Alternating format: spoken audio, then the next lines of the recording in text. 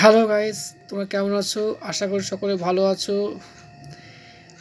আজকের আবার একটা টপিক নিয়ে আলোচনা করছি, সেটা হচ্ছে কন্ট্রাক্টেড ফর্ম। বাংলায় হচ্ছে বলা হয় সংকুচিত রূপ। দেখো, এই ধরনের শব্দগুলো তোমরা অবশ্যই দেখেছো।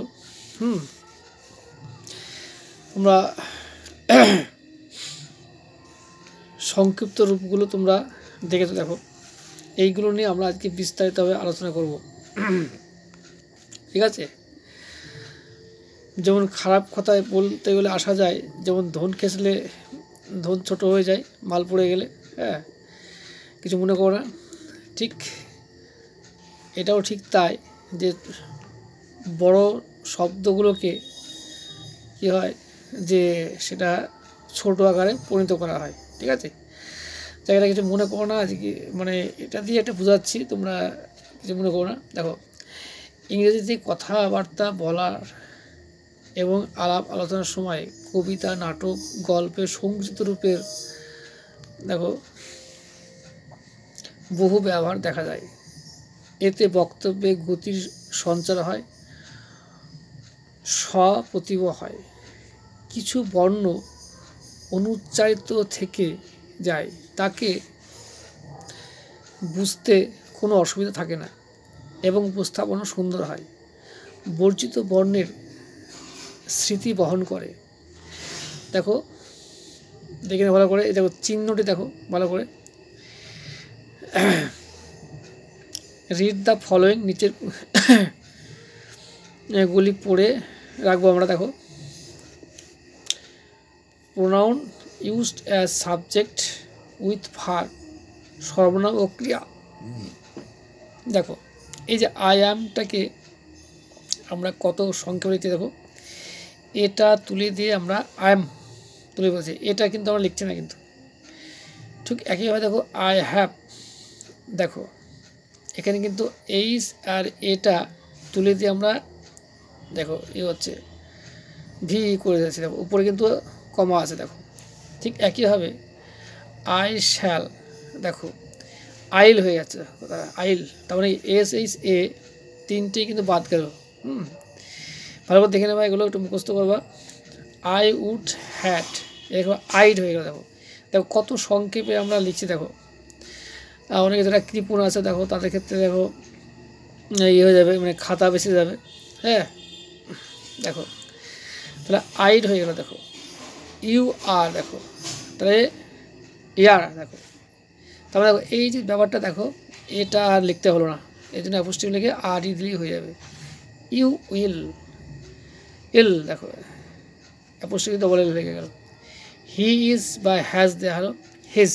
দেখো দেখো কত সংক্ষেপে লিখে বলছে। দেখো, এত বড় একটা শব্দটাকে মানে বলতে পারো সেন্টেন্স, তাহলে এইটাকে আমরা কত সংক্ষেপে লিখছি। দেখো, এটা হি উইল, তাহলে হিল। দেখো, তাই এখানে ডব্লুটা উঠে গেল, গিয়ে আমরা অ্যাপোস্ট্রফি দিয়ে ডবল এল লিখে ফেললাম। দেখো, হি উড বা হ্যাট, দেখো এখানে হিট হয়ে গেল। দেখো দেখো কতগুলো বর্ণমালা দেখো যুক্ত, মানে হয়ে গেল। যেমন ধন খেসলে যেমন দেখো মাল পড়ে গেলে যেমন ধন ছোট হয়ে যায়। হ্যাঁ, ঠিক একইভাবে দেখো সেই পড়ে গিয়ে যেমন ধনটা এখানে ছোটো হয়ে গেছে। হ্যাঁ, ঠিক এরকম কিছু মনে করো না। দেখি, হ্যাঁ, একটা উদাহরণ মাধ্যমে বোঝাচ্ছি, তোমরা কিছু মনে করো না। আচ্ছা, একটু বোঝাচ্ছি, তো বোঝাতে গেলে একটু খারাপ কথা আসেই। দেখো, ইট ইজ বা হ্যাজ, দেখো ইটস, দেখো দেখো এখানে কি, দেখো এখানে এস কিন্তু চলে এসে। দেখো এতগুলো শব্দগুলো দেখো বাদ দিয়ে দেখো এসটা চলে এসেছে। দেখো তাই না? কত সহজে আমরা এগুলো লিখতে পারি। দেখো দে আর, দেখো দেয়ার, দেয়ার, দেখো দেখো এখানে কি আছে, এটা বাদ গেলে দেখো আর ই হয়ে গেল। দেখো দে উইল, দেখো তা দেল হয়ে গেল। দেখো তাহলে এই যে ডবলটা বাদ দিয়ে এটা বাদ দিয়ে ডবল হয়ে গেল। ঠিক আছে?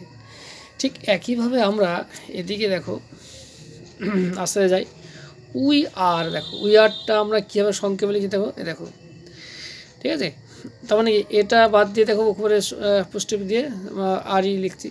উই হ্যাভ দিয়ে দেখো কী হচ্ছে, এইচে বাদ দিয়ে দিচ্ছি আমরা, দিয়ে হচ্ছে ভি যুক্ত করছি, উই শ্যাল, তাহলে উইল দেখো, হ্যাঁ এরকম, উই উড বা হ্যাড, এ দেখো এখানে শুধু ডি হচ্ছে, দেখো এখানে ইউ হ্যাভ, দেখো এখানে অ্যাপোস্ট্রোফ বাদ দিয়ে ভি হয়ে যাচ্ছে, ইউ উড, দেখো উড, তারপরে দেখো এখানে ডি হচ্ছে এখানে, শি ইজ বা হ্যাজ, শিজ, শি উইল, দেখো এখানে সংক্ষেপে কীভাবে লেখা আছে, তারপরে ডব্লুটা বাদ দিয়ে যাচ্ছে এখানে, ঠিক আছে, শি উড বা হ্যাড শিট।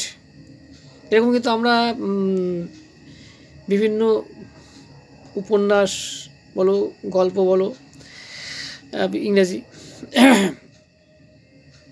বা কম্প্রিহেনশন, আনসিন প্যাসেজ, এই ধরনের শব্দগুলো আমরা পাই, পেয়ে আমরা কিন্তু কিছু করতে পারি না, সমস্যা হয়ে যায়। তখন কি আমরা ধন চুলকিয়ে ধন একদম মাল পর্যন্ত বের করে ফেলি। হ্যাঁ, তাই যাক, কিছু মনে করো না, আমি বললাম বলে এটা একটু কথা প্রসঙ্গে আসি। মানে দেখো প্রায় দেখো অনেকে আছে সমস্যা পড়ে যায় যে কী করে করবো, কী করে হলো। হ্যাঁ, তা আজকে কিন্তু আচ্ছা একটু সমস্যা হচ্ছে, আবার ক্যামেরা ডিস্টার্ব হচ্ছে। হ্যাঁ, তা এইগুলো একটু খেয়াল করবো, দেখো খেয়াল করলে কিন্তু এইগুলো কিন্তু সহজেই পারা যায়। ঠিক আছে, দেখো দে ইট উইল, দেখো ইট উইল, দেখো TWIL, দেখো দেখো এই যে এই দেখো জিনিসটা খেয়াল করো, এই ধরনের শব্দগুলো ধরো পাও কিন্তু সমস্যা হয়ে যায়, তার মানে এর অর্থটা কি, ইট উইল হবে কিন্তু। তারপরে দেখো হচ্ছে দে উড বা হ্যাড, দেখো এখানে কিন্তু এত বড় একটা শব্দটাকে বা একটা সেন্টেন্সটাকে কীভাবে আমরা সংক্ষেপে লিখছি, আবার ডিস্টার্ব করছে। তাহলে এই যে দেখো দেখি না, শুধু ডি দিচ্ছি দেখো লাস্টে। ঠিক আছে, এইগুলো তোমরা অবশ্যই অবশ্যই দেখবে। এবার আমরা আসি বি ভার, হ্যাভ ভার, অক্সিলারি ভার, ইজ নট, ক্রিয়া ও নাসূচক শব্দ। অবশ্যই দেখো, দেখি না ভালো করে, একদম প্রথম থেকে লাস্ট অব্দি অবশ্যই অবশ্যই দেখবে, দেখবে তোমাদের এই ক্লিয়ার হয়ে যাবে। দেখো অ্যাম নট, দেখো অ্যাম নটটা আমরা কী লিখছি, দেখো অ্যাম লিখছি কিন্তু আমরা ওটা লিখছি না, দেখো আন্ট হয়ে, দেখো ক্যান নট, দেখো দেখো এখানে কী হচ্ছে, দেখো ওটা কিন্তু লিখছি না, কিন্তু খুব সুন্দর আছে কিন্তু। হ্যাঁ, এনটা বাদ দিয়ে দিচ্ছি, দেখো ডিয়ার নট, দেখো ডিয়ার লিখছি এখানে, ওটা লিখছি না কিন্তু, দেখো হ্যাঁ এটা শুধু সুদা আছে, খুব সুদা। ডু নট, দেখো তার মানে কি এনটা লিখবো না, এই এনটা বলছি মানে ওটা লিখবো না। হ্যাঁ, আমরা কিন্তু ওটা লিখছি না কিন্তু, দেখো হ্যাজ নট, এখানে ও লিখবো না, দেখছো সুবিধা আছে কিন্তু।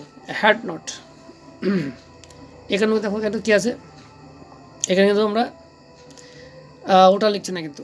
মাস্ট নট, এখানে কিন্তু দেখো ওটা আমরা লিখছি না, সংক্ষেপে লিখছি আমরা কিন্তু। নিড নট, নিডন্ট, হ্যাঁ এ দেখো পাশে কিন্তু উচ্চারণ দেওয়া আছে, ভালো করে দেখে নেও। হ্যাঁ, এবার দেখো আর নট, তাহলে কী হচ্ছে, দেখো এখানে ওটা আমরা লিখছি না কিন্তু। কুড নট, এখানেও দেখো ওটা কিন্তু লেখা হলো না। ডিড নট, এখানেও তাই। ঠিক আছে, সুবিধা আছে, এটা খুব মুখস্থ করতে অসুবিধা হবে না, শুধু ওটা লিখবো না, তাহলেই হয়ে যাবে এখানে সংক্ষেপে। তারপর ডাজ নট, এখানে কিন্তু আমরা ওটা লিখছি না। হ্যাভ নট, এখানে কিন্তু ওটা লিখছি না। ইজ নট, দেখো ঠিক আছে। মাইট নট, এখানেও কিন্তু ও লেখা হয়নি। ওট নট, এটাও কিন্তু একইভাবে আমরা। তাহলে এইগুলো তোমাকে ভালো করে মুখস্থ করতে হবে, মুখস্থ করলেই তুমি কিন্তু ভালো জায়গায় পৌঁছে যাবা, না হলে ধন খেঁচে পড়ে থাকবা, কিছু কোনো কাজেই কিছু হবে না, শিখতেও পারবা না। ঠিক আছে, সারা জীবনই ওই হোল চুলকাবা, আর কোনো কাজে কাজ কিছুই হবে না। তা শুনতে হয়তো খারাপ লাগে, কেউ কিছু মনে করো না। হ্যাঁ, মানে বলতে বাধ্য হলাম, অনেকে বলে ইংরেজি কঠিন, কঠিন কঠিন কিছুই না। আসল কথা কি, ভোকাবুলারি কিছু কিছু গ্রামাটিক্যাল তোমাদেরকে দখলে নেই বলে মানে এরকম অবস্থার সৃষ্টি হয়। তোমরা অবশ্যই ভালো করে দেখো, হ্যাঁ মুখস্থ করো, বুঝে বুঝে করো, দেখবে ইংরেজিটা অত সোজা নয়। ঠিক আছে, মানে কঠিন নয়, ইংরেজি সোজা নয় বলে ফেলেছি, কিন্তু কঠিন নয়। কঠিনটা আমরা নিজে নিজে করি। দেখো অনেকে ম্যাথে অনেকে বলছে খুব কঠিন কঠিন, আরে শালারা ম্যাথটা ভালো করে কর, প্রথম থেকে যদি ম্যাথটা করা যায়, হ্যাঁ ঠিক মতন যোগ বিয়োগ ভাগ থেকে শুরু করে, হ্যাঁ হায়ার লেভেলে প্রত্যেকটা ক্লাসে যদি আমরা সঠিকভাবে চর্চা করি, তাহলে কিন্তু কোনো কঠিন বলে মনে হয় না, কিন্তু আমরা কঠিনগুলো কী করে বানাই। হ্যাঁ, আমরা ঠিক মতন চর্চা করি না বলে তো কঠিন লাগে। ঠিক আছে, যাক তোমরা দেখো এগুলো। আর হয়তো কিছু কটু কথা বলে ফেলেছি, কিছু মনে করো না। শেখাতে গেলে একটু বাজে কথা আসে। হ্যাঁ, যেমন দেখো অনেক মাস্টারমশাই মারধরও করে। দেখো এখন তো মারধর তো উঠেই গেছে। হ্যাঁ, অনেক সময় বিরক্ত হয়ে অনেক সময় বাজে কথাও চলে আসে। হ্যাঁ, যাক কিছু মনে করো না। হ্যাঁ, ভিডিও ভালো লাগে লাইক শেয়ার কমেন্ট অবশ্যই করো। আমার চ্যানেলে বহুত ভিডিও দেওয়া আছে, তোমরা অবশ্যই দেখতে থাকো। আমি প্রতিদিন ভিডিও দেওয়ার চেষ্টা করব। ঠিক আছে, আমি এখানে রাখছি।